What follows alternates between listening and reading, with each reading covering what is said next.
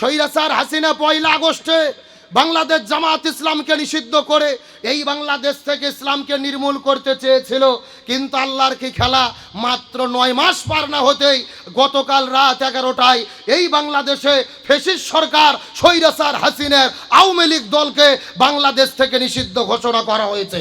যেই শাহবাগে ফ্যাসিস্টের জন্ম হয়েছিল ওই শাহবাগের মঞ্চেই ঘোষণা এসেছে, ওই শাহবাগের চত্বরেই স্বৈরাচার হাসিনা ফ্যাসিস্ট দল আওয়ামী লীগের কবর রচনা হয়েছে। তার মানে তারা বাংলাদেশ থেকে ইসলাম নিষিদ্ধ করতে গিয়ে তারাই নিষিদ্ধ হয়ে গেছে। দল জামাতকে নিষিদ্ধ করার পরে কেউ খুশি হয়নি, বরং তাদের গালি দিয়েছিল। আর আওয়ামী লীগ নিষিদ্ধ হওয়ার পরে সবাই খুশিতে মিষ্টি বিতরণ করতেছে, দোকানগুলো খালি হয়ে গেছে। স্বৈরাচার হাসিনা 1 আগস্টে বাংলাদেশ জামাত ইসলামকে নিষিদ্ধ করে এই বাংলাদেশ থেকে ইসলামকে নির্মূল করতে চেয়েছিল, কিন্তু আল্লাহর কি খেলা, মাত্র 9 মাস পার না হতেই গতকাল রাত 11টায় এই বাংলাদেশে ফ্যাসিস্ট সরকার স্বৈরাচার হাসিনার আওয়ামী লীগ দলকে বাংলাদেশ থেকে নিষিদ্ধ ঘোষণা করা হয়েছে। আল্লাহু আকবার বলবেন না? চিৎকার করে বলেন না আলহামদুলিল্লাহ। তার মানে তারা বাংলাদেশ থেকে ইসলাম নিষিদ্ধ করতে গিয়ে তারাই নিষিদ্ধ হয়ে গেছে। যেই শাহবাগের চত্বর থেকে স্লোগান তুলে তারা ইসলামকে নির্মূল করতে চেয়েছিল, যেই শাহবাগে ফ্যাসিস্টের জন্ম হয়েছিল ওই শাহবাগের মঞ্চেই ঘোষণা এসেছে, ওই শাহবাগের চত্বরেই স্বৈরাচার হাসিনা ফ্যাসিস্ট দল আওয়ামী লীগের কবর রচনা হয়েছে। আলহামদুলিল্লাহ বলেন। যেই শাহবাগ থেকে ইসলামকে নিশ্চিহ্ন করতে চেয়েছিল ওই শাহবাগেই আওয়ামী লীগ নিষিদ্ধ হয়ে গেল। যেই শাহবাগ থেকে ইসলাম নির্মূল করতে চাইলো তারাই নির্মূল হয়ে গেল। যারা জামাতকে নিষিদ্ধ করতে চাইলো তারাই বাংলাদেশ থেকে নির্মূল হয়ে গেল। আল্লাহর কোরআন বলেন ওয়ামাকারু ওয়ামাকার আল্লাহ আল্লাহু খায়রুল মাকিরিন। তারাও ষড়যন্ত্র করে, আল্লাহও কৌশল অবলম্বন করে। কার কৌশল বিজয় হয়? আল্লাহ বলছেন ইয়াকিদুনা কায়দা ওয়া আকিদু কায়দা। তারাও কিছু কায়দা কৌশল করে, আল্লাহরও কিছু কায়দা কৌশল আছে। আর আমরা তো জানি অন্যের জন্য গর্ত খুললে সেই গর্তে নিজেকেই, জোরে বলেন, সেই গর্তে নিজেকেই। গতকালকে দেখেছি সারা বাংলাদেশের 64টা জেলায় হাজার হাজার লক্ষ লক্ষ জনতা রাজপথে নেমে আনন্দ মিছিল করেছে, র্যালি করেছে। মনে হচ্ছে তামাম বাংলাদেশে মানুষের অন্তরে ঈদের আনন্দ চলতেছে। কথা বলে না কেন? পৃথিবীর ইতিহাস, পৃথিবীর এমন কোন দল নিষিদ্ধ করার পরে এত আনন্দ আমরা হতে দেখিনি। গতকাল সারা রাত বাংলাদেশে যা দেখেছি, ইসলামী দল জামাতকে নিষিদ্ধ করার পরে কেউ খুশি হয়নি, বরং তাদের গালি দিয়েছিল। আর আওয়ামী লীগ নিষিদ্ধ হওয়ার পরে সবাই খুশিতে মিষ্টি বিতরণ করতেছে, দোকানগুলো খালি হয়ে গেছে। তার মানে বোঝা গেল জামাতকে নিষিদ্ধ করা ছিল জনগণের মনের কষ্ট, আর আওয়ামী লীগের নিষিদ্ধ হলো জনগণের মনে ঈদের আনন্দ। আল্লাহু আকবার বলবেন না? তার মানে বোঝা যায় যুগে যুগে জালিমদেরকে আল্লাহ ধ্বংস করে, মাজলুমদের পক্ষে কে থাকে? সুন্নাত আমরা পালন করি, সুন্নাত আমরা খুবই মহব্বত করি, ভালোবাসি। তার কারণ রসুলকে অনুসরণ করে আল্লাহ তাআলা আমাদের জন্য ফরজ করে দিয়েছেন। হুজুর বলেন কি করে দিয়েছেন? সবাই একটু কথা বললে আলোচনা বুঝতে সুবিধা হবে। বলেন তো রসুলকে অনুসরণ করা কি? অনেকে কিন্তু বলে সুন্নাত। না, রসুলকে অনুসরণ করা আমাদের জন্য ফরজ। আল্লাহ তাআলা বলেছেন ওয়ামা আতাকুমুর রাসূলু ফাখুযুহু ওয়ামা নাহাকুম আনহু ফান্তাহু। নবী যা বলে, যা করতে বলে তা তোমরা করো, যা করতে নিষেধ করে তা থেকে দূরে থাকো। তার মানে বোঝা গেল রসুলের পুরো জীবনকে মেনে চল আমাদের জন্য ফরজ। সবাই একটু জবান খোলেন, রসুলকে মেনে চল আমাদের জন্য কি? সবাই বলেন আমাদের জন্য কি? কারণ রসুলের ভেতরে আল্লাহ তাআলা যেই 3টে স্পেশাল গুণ দিয়েছেন, এই 3টি স্পেশাল গুণ পৃথিবীতে আল্লাহ কারোর মধ্যে দেয় নাই। চিৎকার করে বলেন কয়টা? রসুলের মধ্যে আল্লাহ তাআলা স্পেশাল 3টে গুণ দিয়েছেন। তার মধ্যে স্পেশাল প্রথম নম্বর গুণ হলো ওয়া ইন্নাকা লা আলা খুলুকিন আযীম। রসুলের মধ্যে আল্লাহ তাআলা দিয়েছেন শ্রেষ্ঠ চরিত্র, যেই চরিত্র পৃথিবীতে আর কারোর ভেতরে আল্লাহ দেয় নাই। আম্মাজান মাইশা সিদ্দিকা রাদিয়াল্লাহু তাআলা আনহার কাছে যাওয়ার পরে কিছু সাহাবীরা জিজ্ঞেস করলেন, আম্মাজান আপনি একটু বলেন তো রসুলের চরিত্রটা কেমন ছিল? আম্মাজান মাইশা সিদ্দিকা বলে, তোমরা কি কোরআন পড়নি? পবিত্র কোরআন ছিল যেমন, আমার নবীজির চরিত্র ছিল তেমন। যারা বলেন না সুবহানাল্লাহ। তাহলে 1 নম্বর হলো শ্রেষ্ঠ চরিত্র। 2 নম্বর ওমা আরসালনাকা ইল্লা রাহমাতাল লিল আলামিন। আল্লাহ তাআলা রসুলের মধ্যে দিয়েছেন শ্রেষ্ঠ নিয়ামত। আর 3 নম্বর লাকাদ কানা লাকুম ফি রাসূলিল্লাহি উসওয়াতুন হাসানা, রসুলের মধ্যে আল্লাহ তাআলা দিয়েছেন শ্রেষ্ঠ আদর্শ।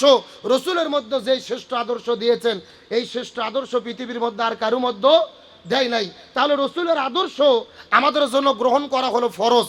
জোরে বলেন, রসুলের আদর্শ গ্রহণ করা কি? তবে আমাদের মনের মধ্যে বড় দুঃখ এবং যন্ত্রণা।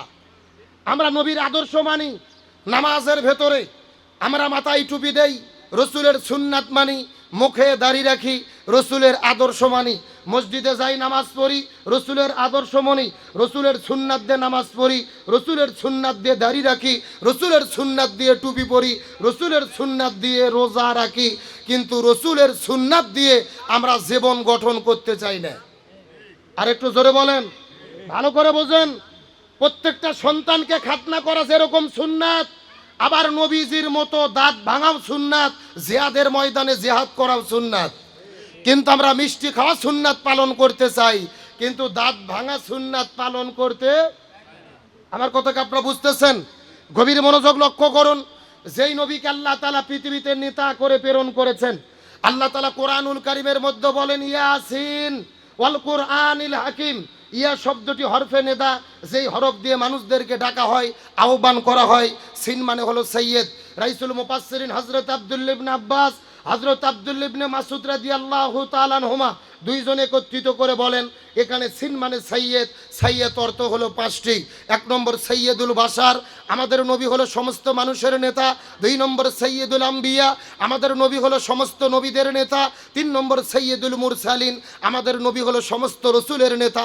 চার নম্বর সৈয়দুল কাউনাইন, আমাদের নবী হলো দোজাহানের নেতা। পাঁচ নম্বর সৈয়দুল আলামিন, আল্লাহ তাআলা যত জগৎ সৃষ্টি করেছে আমাদের নবী হলো প্রত্যেকটা জগতের নেতা। চিৎকার করে বলেন আল্লাহু আকবার। এই তোমাদের সমস্যা কি? কথা হলো কেন? গানে খুব সাবধান। 20,000 লোকের সামনে ওয়াজ করলেও কিন্তু ধরতে পারি কে কোন দিক তাকাচ্ছে। আর এখানে 20 জন লোকের খাওয়া পাচ্ছে। গভীর মনোযোগ লক্ষ্য করেন। তাহলে আমার নবীজি যদি সবার আদর্শ হয়ে থাকে, ওই নবীকে আদর্শ গ্রহণ করার দরকার আছে না নাই? এখন নবীর আদর্শকে শুধু মসজিদে মানবো, নাকি নবীর আদর্শ সমাজেও মানার দরকার আছে না নাই? সব জায়গায় মানার দরকার আছে না নাই? গভীর মনোযোগ লক্ষ্য করুন। আমাদের নবী হলো নেতা, সব জায়গায় আমাদের নবী নেতা। ওই নবীকে হাসরের ময়দানেও নেতা মানতে হবে। আমার নবী হাদিস শরীফের মধ্যে বলেন, মান তাশাব্বা বি কওম ফাহুয়া মিনহুম, যার সঙ্গে যার মহব্বত তার সঙ্গে তার কিয়ামত। হাদিসের ব্যাখ্যায় এসেছে, যে যেই দল করবে সেই দলের সাথেই তার হাসর নাসর হবে। এই বাংলাদেশে যারা বিএনপি নামে দল করে তাদের হাসর নাসর হবে বিএনপির সাথে, যারা আওয়ামী লীগ দল করে তাদের হাসর নাসর হবে আওয়ামী লীগের সাথে, যারা জামাত ইসলাম করে তাদের হাসর নাসর হবে জামাত ইসলামের সাথে। এখন আপনারা প্রশ্ন করতে পারেন, হুজুর দলিল? আল্লাহর কোরআন সূরা বনী ইসরাঈল 71 নম্বর আয়াত। আল্লাহ তাআলা বলেন, ইয়াউমা নাদউ কুল্লা উনাসিম বিইমামিহিম। হাসরের ময়দানে প্রত্যেকটা মানুষ একা একা দাঁড়াবে না, প্রত্যেকটা মানুষের সামনে থাকবে তার নেতা। প্রত্যেকটা মানুষের সামনে থাকবে কে? নেতা। সবাই বলেন, সামনে থাকবে কে?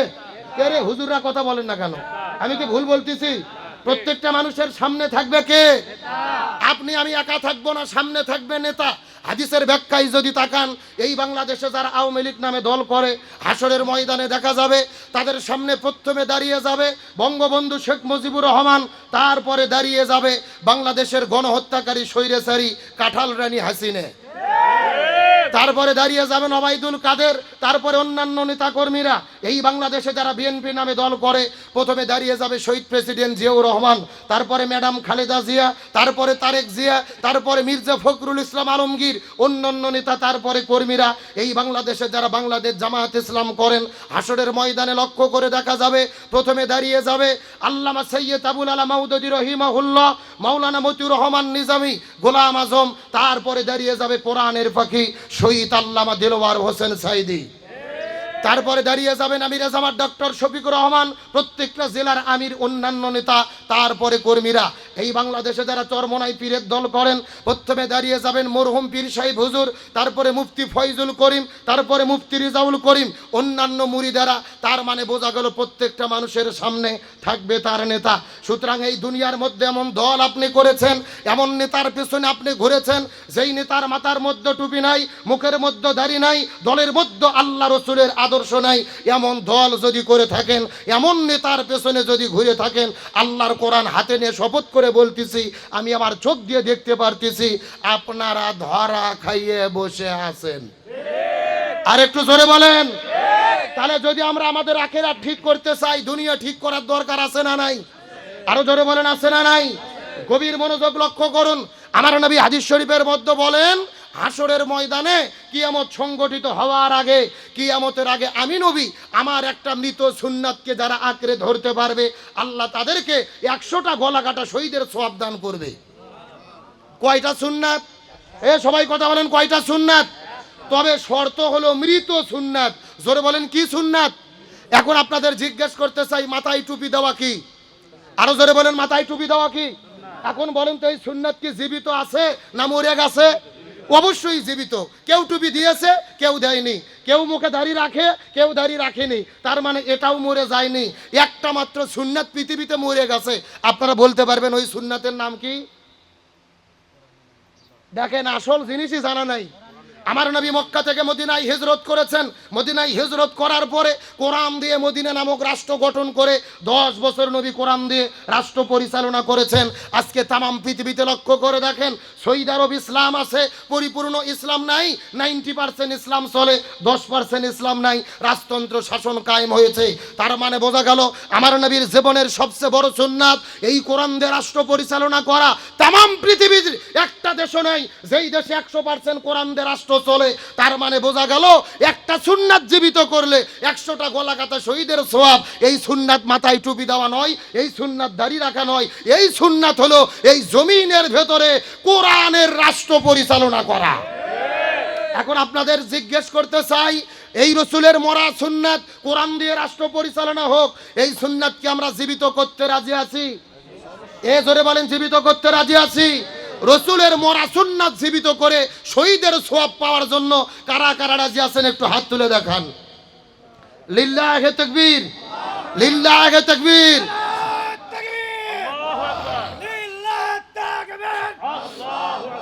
আল কোরআনের আলম সংসদে জালো, আমার নেতা তোমার নেতা বিশ্ব নবী মুস্তাফা, বিশ্বের মুসলিম এক হও, এক হও। লিল্লাহে তাকবীর।